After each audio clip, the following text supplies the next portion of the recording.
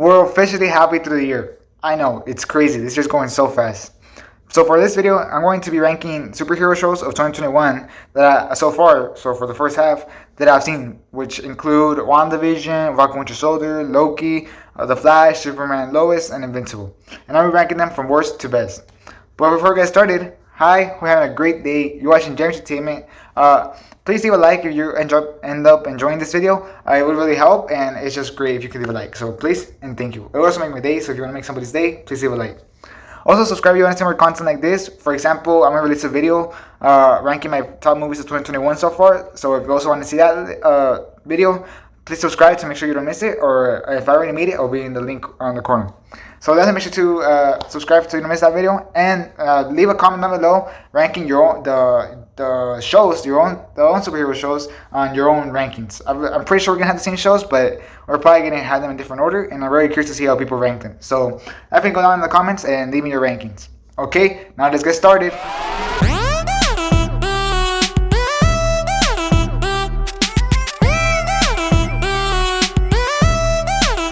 So last place or sixth place is The Flash, season 7. This season has not been good, like almost at all. It's barely had any good episodes. The first storyline with the Mirror Girl, ended so bad. It was really cringy to see how they stopped her with them holding hands, and like it was just weird. And then the next story with the Forces calling each other sister, brother, dad, mom, it was really weird. I did not like it. And then the Speed Force turning Nemo. I don't know what was all that about, but not my type of thing. And it might pick up with Godspeed. We'll see. There's only been 2 good episodes that I really like, and those are the one with Cisco, where the last episode of Cisco, that was a pretty good episode, and the one where Killer Frost got speed and she started fighting Barry. That one was pretty good, but the other ones, especially like Killer Frost storyline with that guy, it's so creepy and so cringy, and it's like, what? And then they're giving episodes to a bunch of members like Cecile, Allegra, and The Flash is barely in them. Like, I'm here to watch The Flash, not other members. I haven't really liked it. I haven't really enjoyed it. And this took out my favorite character, Ralph. So I'm not enjoying it at all. Like I said, I've only liked 2 episodes so far, which is really bad. Hopefully they can pick up with Godspeed, and of course with all the rumored returning characters with all the returning characters that we know are coming because of Zeph photos. Hopefully they can pick up, but it's been really bad. Okay, now let's move on to the next show, number 5. Yes, it is WandaVision. Now, why so low? Well, the top 5 shows are really good, like really, really good, including WandaVision. Especially at spot number 5, spot number 4, and number 3, they were really tied up. It's just that slight problems I have with each show kind of shifted how I put them. But if somebody asks me like which one did I enjoy more, I think it depends on my mood. But as of right now, the WandaVision is number 5. So, but that is not to say it's really bad. So hear me out. Don't start hating on me. WandaVision was great. It was a really good show. The sitcom episodes were great. The first 2 episodes did a great job on building up that intrigue and that mystery of Wanda, how cool and how mysterious it is, and who created this sitcom, who put them there. And the sitcom themselves were pretty good. I really enjoyed them. I like that food with the boss, and I like Vision being drunk. And then I like whenever Wanda was pregnant.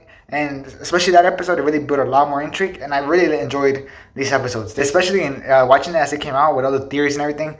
It was super fun. And then episode 4 was good, but not great. It was not the level of sitcoms, but it's okay. That was definitely very much needed. It gave context for the whole show, and it let us move forward. And it brought a different side of the show as well. So I know why they did it. It wasn't my favorite episode, but it was still good. Then we get to the best part of the show, which is episode 5 and episode 6, which were great. Whenever Vision's investigating by himself, and I really love it. And then you got that fight between Wanda and Vision, and the house screaming at each other. It was so good. And then the episode finishes with Pietro coming in the house and him being like, "Who's the popsicle?" That was so good. And then the next episode being Halloween, and him investigating even more and more, and him Vision getting out of the hex and then dying, and Pietro, there's like a mystery with Pietro, and then the kids get powers, and it's so good. I really liked it. And then it ends with Wanda opening the hex or expanding the hex. That was so good. Such a cliffhanger. Those 2 episodes were amazing, like really, really, really good. But then that's where I would say the show starts falling down a lot. I think episode 7 was not great. It wasn't a good sitcom, and it wasn't good for the story either, in my opinion. It really managed to make that one huge cliffhanger with Wanda shooting Pietro, and then her explaining the hex, and then just kind of like, man. And I don't know how he managed to do that. It even made Vision's storyline kind of boring. I was like, really, that's all he does? Just kind of try to get Darcy and then go on a ban. That's all he did for the whole episode.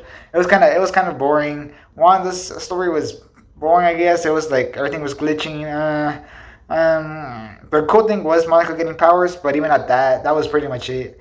We did get the reveal that it was Agatha all along with the song at the end of the episode, but it was the most obvious plot twist I've ever seen. It was so obvious. I think I saw it coming a mile away, so that definitely didn't improve the episode at all. So that episode was it was okay. It was my least favorite one by far. Then episode 8, it picks up again. That episode was great. We really get to see everything from Wanda's perspective, and you really understand her pain and where she's coming from, and it was so good. It was so well done, and I really loved it. I loved it a lot. It was so good. And then episode 9, which is the finale, was 50-50. Had some amazing stuff, and then it had some really bad stuff. Like the action was really bad. It was really bad directed. Vision on Vision sucked, and Agatha on Wanda really sucked. Like they were just it was so bad in my opinion. It was really bad. But then like the scenes whenever Vision and Vision are talking, those were great. And the scenes whenever Wanda turns into the Scarlet Witch, that was great. And the suit reveal, the suit looks awesome, and it was really good. But then we also had a great disappointment with Pietro being Ralph Boner. Like all of that intrigue for a joke, like really for a joke. I'm okay if he wasn't going to be Pietro. I mean, it made sense that he wasn't going to be Pietro, but for him to just be just a joke, Ralph Boner, it was a huge disappointment. I just expected him to be a big character or do something else. It was really disappointing. And then the kid's powers kind of went to waste, and they made Hayward try to shoot kids whenever he was never really the villain. He was just kind of an antagonist. He was never really a villain, and because he was really trying to save the people from being held hostage. So I really didn't like that. But then the goodbye between Vision and Wanda was great. It was so good. It was so good. It was ending the episode really strong. And then we have that scene whenever Monica's like, they'll never know what you sacrificed for them. And that's when the show really lost me. Because Wanda was enslaving these people. I mean, I don't know what she sacrificed for them. If anything, they sacrificed a lot of things for her. So I don't know. It really lost me. I didn't like it. It really kind of soured the show a lot for me. So that's why I kind of put it here. I really hate that it didn't stake to Wanda being the main villain of the show. I think it would have been so awesome to have a show from the perspective of the villain, especially if we didn't know that she was the villain from the very beginning, because everybody was like, is it Mephisto or is it somebody else? So it would have been so cool to have a show from the perspective of a villain. Instead, we just had like this little mess. But it was still great. I'm not saying this was bad. It was still super good. It's just the ending kind of like made the series worse, for an example. But it also made some things better, like Vision's and Wanda's relationship. It made it better. So yeah, that's why it's number 5. Okay, now let's move on to the next one, number 4. And number 4 is Invincible. Yes, Invincible, probably the biggest surprise of this year. I did not expect this show to be nowhere near as good as it was. I saw the trailer and I was like, okay, it looks good. I had never heard of Invincible before, and now it's really awesome. It's really good. It's really good. This show, I mean, episode 1 has a huge plot twist at the end with Omni-Man and all that type of stuff. It's so good. Omni-Man is one of my favorite characters. He's so good. What's his name? I'm forgetting his name. The actor. I'm forgetting his name. Like, I'm just remembering James Jonah Jameson, but that's not the name of the actor. I don't know why I'm forgetting it. Oh, well, I'll just put it right here whenever I edit it, because I'm forgetting it. But his voice as Omni-Man was great. It was so good, so good. And then Mark was really good. Debbie was really good. The show was really good. Really, really good. The reason why it's number 4 and not higher is because I didn't like an episode, which is the robot episode. It felt okay. Amber is another big problem. She's getting really annoying in the show. I hope they can make her better, because they might run into that same problem that the Flash has with Iris, so I don't really want that. I'm not really liking Amber that much. I really hope they can fix those problems. But Omni-Man and Invincible, like the finale, is one of the best finales ever. It was so good. It had amazing moments. That subway moment was terrifying. It was crazy. That incredible meme, think, Mark, think. And then what we have in for 500 to 5,000, I can't remember, years. And then him being like, I'll have you dead. Oh, it was so good. It was so well done. I love the finale. The finale really elevates the show. As in difference with WandaVision, the finale kind of like puts it down. Invincible's finale really elevates the show to another level. And also episode 7, right before the finale, was great. It was awesome. And then ending with We Need to Talk was great. Debbie trying to investigate Omni-Man by herself and then finding out the truth. And you always being terrified, what is Omni-Man going to do to her? It was awesome. I really like the show. It's just like, as a difference from WandaVision, the middle episodes were like the weak point, where in WandaVision the middle episodes were the strong point, but the ending here was the strongest point, and WandaVision was the weakest point. So that's why I put them into a little bit higher, because I think it's better to end strong than to end a little bit weaker than it was. So that's why Invincible was higher. But both shows were really, really, really good. Okay, let's move on to number 3. Number 3 is The Falcon and the Winter Soldier. Yeah, I put this one on top of Invincible and WandaVision. Like I said, those 3 were really, really close. But I put this one on top because it had real world problems they had to deal with. It dealt with racism. It dealt with veterans that came back from war and how they have really bad PTSD with Bucky and John Walker. It dealt with politics. It dealt with all these really serious things that I think elevates the show more, because it's really trying to do something in the real world. It's really trying to influence something in the real world, and I loved it. I really did love it. I think it really make it go a little bit higher. It made it stand out a bit more. And it was really good. Episode 1 was good. It wasn't great. I did get bored a little bit in episode 1, but I really liked Bucky's story with PTSD and Sam's exploration of character a lot more, and then John Walker at the end, of course.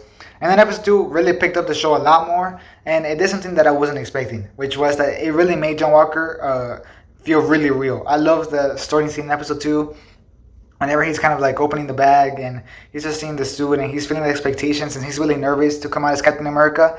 You know, that I love it. And I loved the exploration of him. I love the introduction of Isaiah Bradley. Oh, that was so good. Isaiah Bradley is one of the best characters in the MCU. It's so tragic what happened to his character, and it's such a good exploration of tragedies in the real world that it really, really elevates this. And then that scene whenever the cops are right there and they are trying to arrest Sam for almost fighting with Bucky, that scene is also super powerful. It got out right out the headlines, especially with George Floyd and all that. So that it really is reflecting what's in the real world, which I really love. And then so the cliffhanger of Zemo, like yes. And then episode 3, Zemo, and Zemo's great. He's so good. He really has some of the best lines in the show, and he's so good. And we got the dancing Zemo, like yes, dancing Zemo, and it was so fun. And then we got Sharon Carter, and we got Madripoor, which is great, and it was really cool, really nice. That was a great episode, and then it ends with the Wakandans, the Dora Milaje, which are Wakandans. And then the next episode it picks up with it. We see this emotional scene with Bucky getting rid of his powers and all that, and that was really good. That was great. And then that episode 4, it was so good. Like we had to see a lot of exploration on a bunch of characters. We get to see exploration a lot more on Bucky. We get to see a lot more on Zemo. We get to see a lot more on Carly, and we get to see a lot more, especially from John Walker and Lemore. Like that was so good. The exploration of him and how he gets the temptation of getting a super soldier serum, and then how John Walker's not even sure if he should take it, and I love that. It really makes him feel so real, and like he's really trying his best, and I love it. And then at the end episode, whenever you realize that he did take it, and they're having this really good fight, and then Lemore dies. It was so good, and then John Walker just burst out and just and it was so good. It made my heart go like I was terrified what was going to happen next. And it was so good. It's by far the most memorable scene of the show. It was and by far the peak of the show. It was so good. It was really, really, really good. I love that scene, and I love John Walker. John Walker really elevated the show a lot. Then episode 5, we pick up with them fighting for the shield, and it's a really good fight. And then we get to see them chill a little bit more, and we get to see John Walker go through his consequences and his tragedy. And then it's just, I really like it. I really, really, really like it. We get to see more of Isaiah Bradley, which is great. I love seeing more of Isaiah Bradley. And then we get to the finale, and we get to see him full on Captain America, Sam being full on Captain America, and it's super cool. We get the return of Sharon Carter, we get the Bucky, and we got the redemption of John Walker, a little bit of redemption, not full on redemption, but a little bit of redemption, and all this. And I really loved it. It wasn't the best finale at all, or nothing like that, but it was still good. It was a solid finale. I'm sorry, my voice starting to hurt, but it was really, really, really good. I really liked the characters. Zemo, John Walker elevated the show a lot. I think he did a lot for the show. Sam's exploration was so good. Isaiah Bradley, the ending up for Isaiah Bradley with him getting his own statue, and it's really respectful and everything. It's really, really, really good. I loved how they did that, and that's why I think the show deserves to be a little bit higher. My problems with the show, which is why it's not as good as the top two, is Carly, terrible villain. She sucked at as a villain. She had the motivation, but she showed no remorse. Her character development was really bad throughout the series, and I really didn't like it. She felt more like an actual terrorist than anything else. And then another thing is the plot twist with Sharon Carter, also terrible. Didn't like it at all. We'll see where it goes, but as of right now, it's not working. But those are my really big gripes for the show. Anything else is really small. The action in the show was also super great. Like, the action was on point. So I definitely like this. And that's why it's a little bit higher than Invincible and Wandavision, because real life world problems. The action was great, and I just love the exploration, the deep exploration on these characters, a lot more than the other shows allowed for their characters to be explored. Okay, now let's move on to number 2. My number 2 is Loki. Yes, Loki is not even done yet, but it's already number 2. I love this show. It's so good. Episode 1 was great, exploring a new part of the MCU on the TVA, introducing us to a great character, Mobius. It was so good, giving this character arc for Loki in that same episode that it really resonated with us, and it was a really emotional scene whenever he was seeing his future and everything.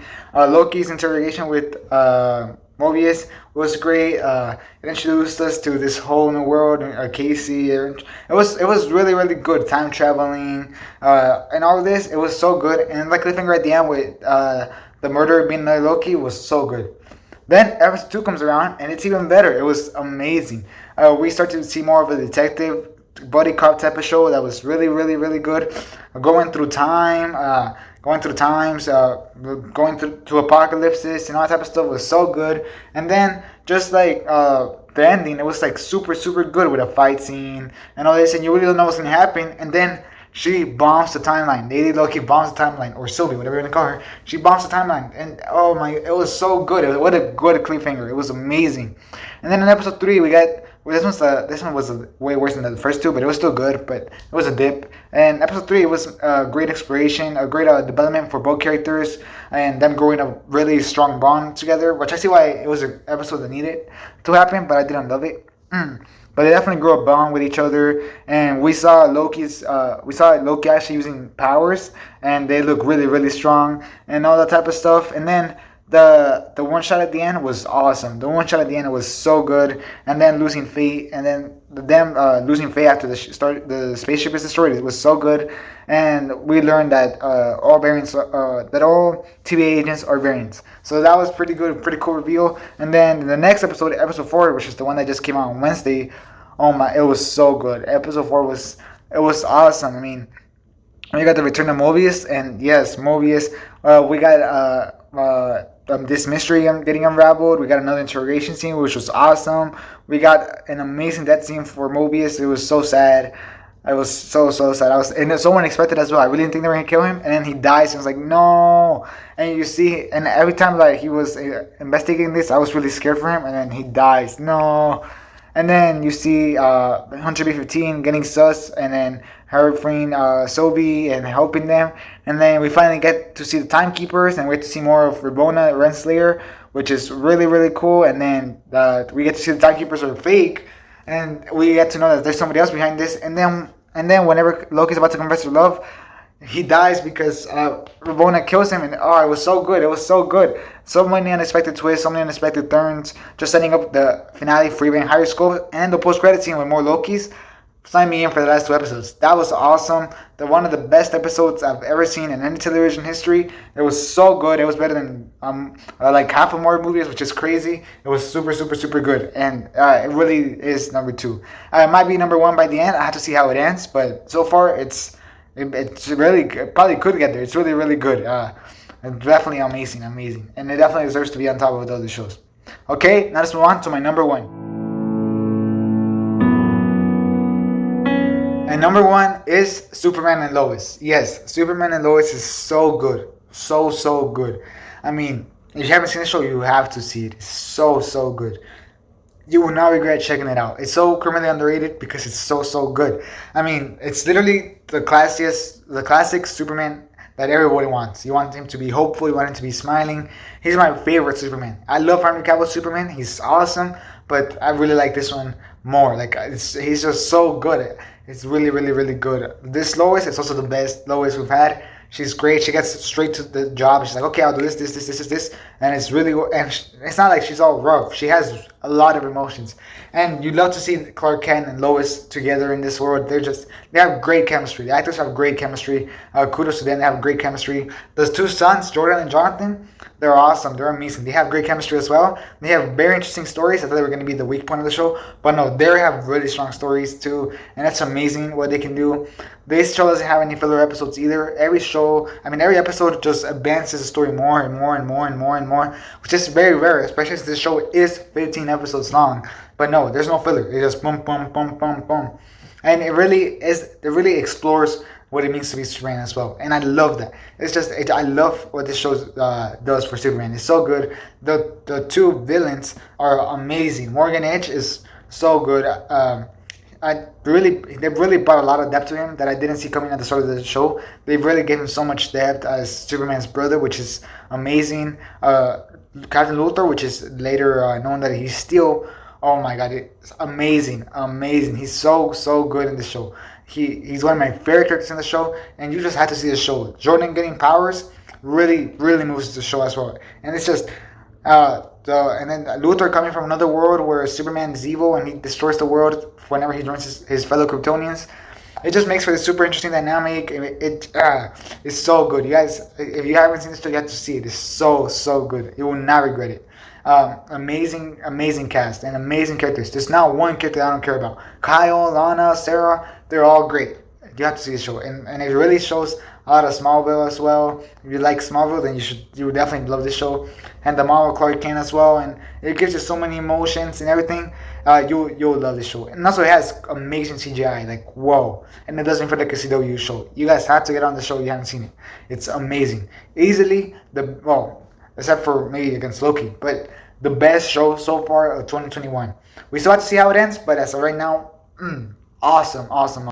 The show is also really mature, like really mature. It deals with really hard topics, and it also they don't make a big huge drama about everything. Like small things happen that honestly I feel like in other shows would be huge dramas, but this time they're just like okay whatever, and they actually make drama on what really matters and what really captivates the audience, which I really love. So it honestly feels like a step up from other CW shows, and also the like I mentioned before, the different dimensions from Captain Luthor / Steel coming from a different Earth, and where Superman's evil and all that, and then you slowly start to see the hints that this probably will happen, and then with the last episode, this actually Superman actually turning evil. I mean, it just really starts to build these stakes, and now you just want to see what's gonna happen next, and it's always unpredictable. Like you never know. Like I still know how it's going to end. I still don't know where it's going. I still know what plot twist there's going to be, because I'm sure this show's gonna have more twists, just like it keeps having. And it also surprisingly has really great emotion. I mean, really great emotion. I'm pretty sure I teared up, or at least had my eyes watery for a couple episodes. The first one was sad. The one with Captain Luthor having to say goodbye to his daughter was really sad. And the one with Lois, it's really big spoiler by the way. The one with Lois losing her baby and having to go to therapy and all that was really sad and touching. And this show gets really mature and it gets really emotional. It's not afraid to get emotional. It's not afraid to get funny. It's not afraid to get enjoyable. It's not afraid to get serious. And I really like it.